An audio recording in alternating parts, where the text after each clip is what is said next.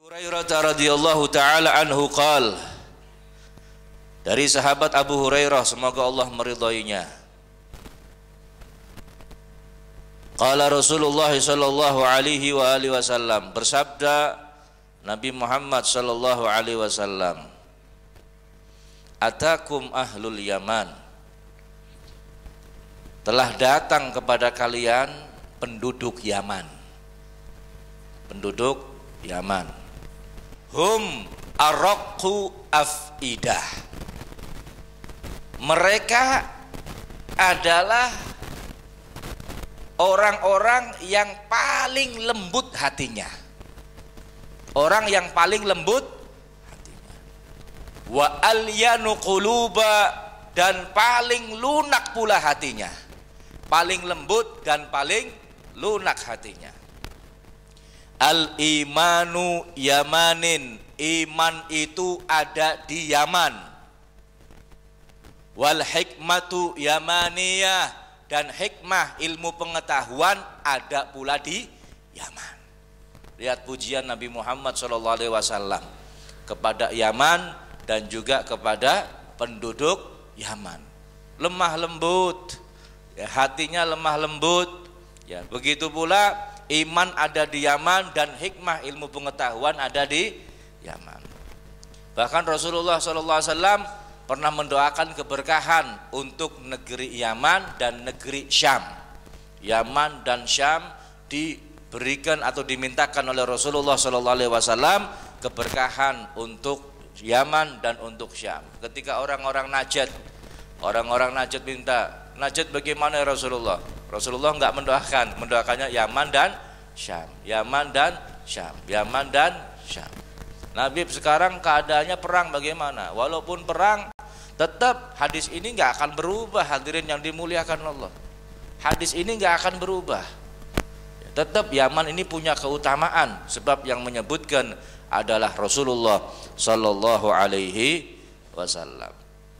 Dalam Al-Qur'an disebutkan, ya ayyuhalladzina amanu man yartadda minkum an dinihi fasawfa ya'tillaha biqaumin yuhibbuhum wa yuhibbunahu adillatin 'alal mu'minin a'izzatin 'alal kafirin yujahiduna fi sabilillahi wa la yakhafuna lawmata la'im dzalika fadlullahi yu'tihi may yasha wallahu wasi'un 'alim.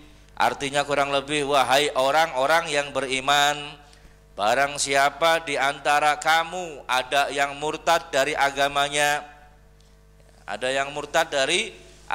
fasaufa ya'tillah biqaumin yuhibbuhum, maka Allah akan mendatangkan satu kaum yang mencintai mereka dan mereka pun mencintai kaum tersebut.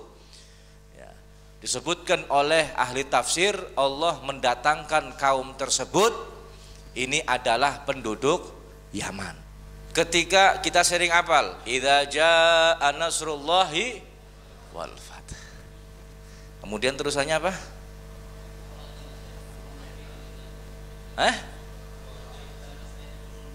Sayadkhuluna fi dinillah afwaja. Datang kaum berbondong-bondong masuk agama Islam. Ahli tafsir mengatakan itu yang berbondong-bondong masuk Islam adalah penduduk Yaman. Dan Yaman ini luar biasa ya, ketika mereka yang lain pada murtad ya, penduduk Yaman tetap setia kepada Khalifah Abu Bakar As-Siddiq saat itu. Tetap setia kepada Khalifah Abu Bakar As-Siddiq. Ada keterangan lagi nanti besok ada telaganya Nabi Muhammad SAW. Mudah-mudahan kita bisa minum dari telaga tersebut. Siapa yang minum dari telaga tersebut tidak akan kehausan selamanya. Di akhirat nggak akan kehausan. Terlebih lagi yang memberikan atau yang menuangkan air, yang ngasih, yang meminumkan air dari tangan suci Nabi Muhammad SAW. Pun kalau sudah semacam itu pasti selamat akhiratnya. Ada keterangan pertama kali yang minum yang minum dari telaganya Nabi Muhammad ini adalah penduduk Yaman.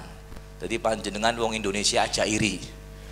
Jangan iri. Nanti pertama ya, ini yang akan minum adalah penduduk Yaman. Dan pertama kali yang mengajarkan musafahah. Tahu musafahah? Salaman. Yang pertama kali mengajarkan salaman itu sampai orang barat pada salaman, orang Asia salaman, Indonesia pun ada salaman. Yang pertama kali mengajarkan siapa? Penduduk Yaman. Nah, ini hebatnya penduduk Yaman. Maka itu hadirin yang dimuliakan Allah, beruntung bagi mereka yang tinggal di Yaman, atau mungkin pernah tinggal di sana, atau mungkin pernah menuntut ilmu dari sana.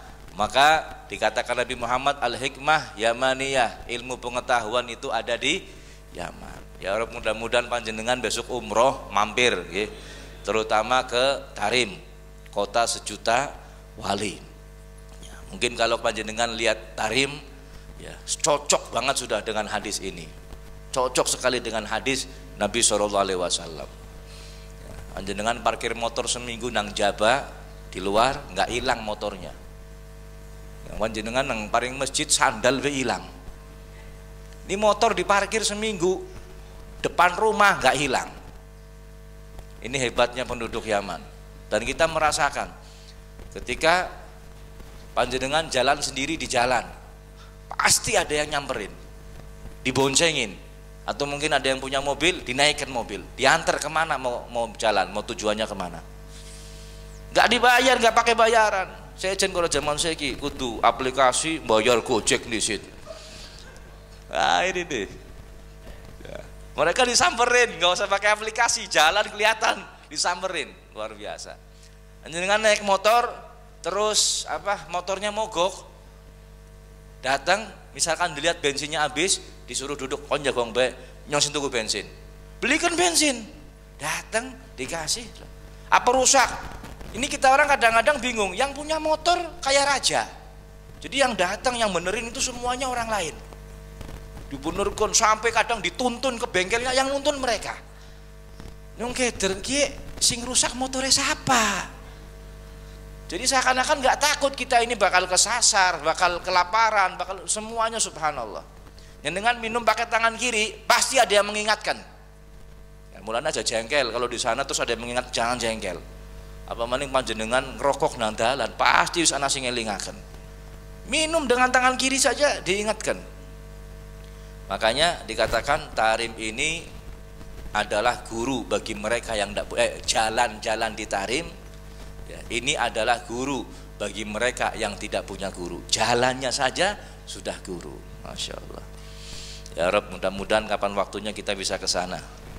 Amin ya Rabbal